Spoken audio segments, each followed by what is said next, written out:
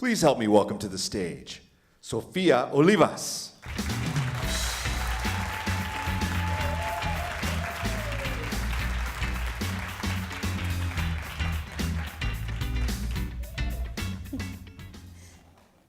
Failure is a joy vacuum, and it should be avoided at all costs, or so we've been conditioned. If failure is so bad, how is it that some of our greatest childhood accomplishments have stemmed from massive defeats? Take walking as an example. I, for one, did not roll out of my crib one day and run a marathon. I am certain there was a great amount of stumbling on my part before I mastered the task. Ever wonder how many attempts it took you to learn how to walk? How about ride a bike or drive a car, especially if you learned how to drive stick? Failure is vital for success. It's how we learn. Prominent ship captains and pilots are masters of failure. These captains are off course 99% of the time due to inclement weather, turbulence, and currents. Their instruments beep and instruct them, correct 3 degrees easterly. The captains then follow the instructions and arrive safely at their destinations. Failure for them is viewed merely as a course correction. Think back to the first time you really recall failing. How old were you? Did the boy you like pick someone over you? Did you not make the cut for the team? When it happened, what did you say about yourself or about life? And how did it impact your decisions going forward? The first time I recall failing, I was in my mid-30s. Call me a late bloomer. In reality, it was the first time anything had occurred as failure. I got engaged to a man who I found out afterwards was a diagnosed sociopath. It pains me to mention this. I don't want to keep that conversation in existence, and I certainly don't want to make it public. I suspect I'm not the only one here tonight who has made some choices that they'd rather keep private. Up until this failed engagement, everything I set out to do, I did, and it always appeared to work out. Despite my positive point of view, I had some pretty epic failings prior to this event. As an example, in just 28 days, I single-handedly raised and lost $30 million for my own startup company. I had naively tied its success to something I had no control over. Course correction. Then there was that time that I launched online banking for a top 5 financial institution. Prior to starting the project, I had failed to secure my role upon its completion. The bank, overjoyed upon a successful launch, promptly handed it to a newly named president, and it was not me. Another course correction.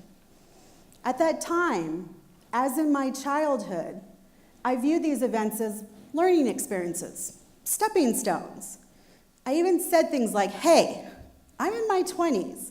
I'm exploring all my options. Because I viewed these events in this manner, I hadn't experienced them as failures. When I discovered that the man I'd been with for years was not who I thought, it was as if gravity had disappeared. There was no floor for me to hit. I began asking disempowering questions like, if I'm such a smart cookie, how did I not see all those signs? And I compounded it with internal statements such as, I come from an abusive childhood. I'm broken, and this is proof. It wasn't until I attached all that meaning to the failure as a personal statement about myself that I actually began experiencing it as failure. During this time of introspection, I discovered a powerful formula that allowed failure to shift for me and how it occurred, allowing me to bounce. First, Remove the significance of failing. How? Insert a pattern interrupt. When you're experiencing the pain of failure, change your physical body structure, breathe, and state out loud, plot twist. I call my failures bonzos. It's a made-up word that rolls off my tongue, makes me giggle, and snaps me out of my significance. Picture this. I'm on a backpacking trip through Guatemala in a town called Antigua. I see this woman walking towards me on a cobblestone road.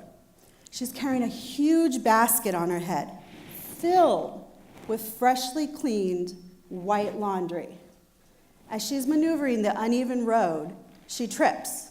The laundry spills all over the floor. I suck in my breath, and I hesitate, just long enough to witness a playful smile across her lips. She laughs, picks up the laundry, puts it back in her basket on top of her head, and continues towards me. A few steps later, the same thing happens. And again, the same response. Talk about taking the significance out of failure. The second thing I learned is that failure provides opportunities for growth and development. When everything is harmonious, there is no cause for growth. It's only in a defining moment that a person is called to reach deep within. It's only in the face of fear that courage can arise. And it's only in adversity that leadership is called to being. After my engagement ended, I dealt with post-traumatic stress and anxiety, and I began to study mental health. I'm grateful for my experience. My growth has made me a better friend and leader. I became empathetic and relatable because I too had walked the fire. Third, as I mentioned, failure provides that course correction. After those huge career setbacks that I mentioned earlier in my life, I took the opportunity to go backpacking internationally for months at a time. I began living a life that even I envied. I backpacked and trekked through luscious green jungles, rural villages. Sometimes I was the first American woman they had met. I made friends all over the world, picked up languages, and gained amazing perspective. I did all the beautiful, breathtaking things that mattered to me that I might not have done had my life gone according to plan. And lastly, failure provides the opportunity to bounce. Think of it this way. In order for a ball to come up once it's down, it has to hit bottom. The harder a ball hits bottom, the higher the bounce. That's just like failure. The bigger the fail, the harder the fall, and the bigger the opportunity to rise. Steve Jobs made an emphatic comeback from an almost irrecoverable failure. Jobs found success in his 20s when Apple became a massive empire. But when he was 30, Apple's board of directors fired him. Undaunted by the failure, Jobs started a new company called Next, which was eventually acquired by Apple. Once back at Apple, Jobs proved his capacity for greatness and bounced by reinventing the company's image and taking the Apple brand to new heights. Everyone fails. Successful people just react differently to failure. They're neither devastated nor paralyzed by it. They remove the significance. They grow. They view it as a course correction and then bounce. Failure works for them. My life comedically continues to provide numerous opportunities for growth and development. The bonzos keep rolling in. I'm happy to report, as a result from my course corrections, I've started my own web development company, backpacked 35 countries, founded a nonprofit, and wrote my first book.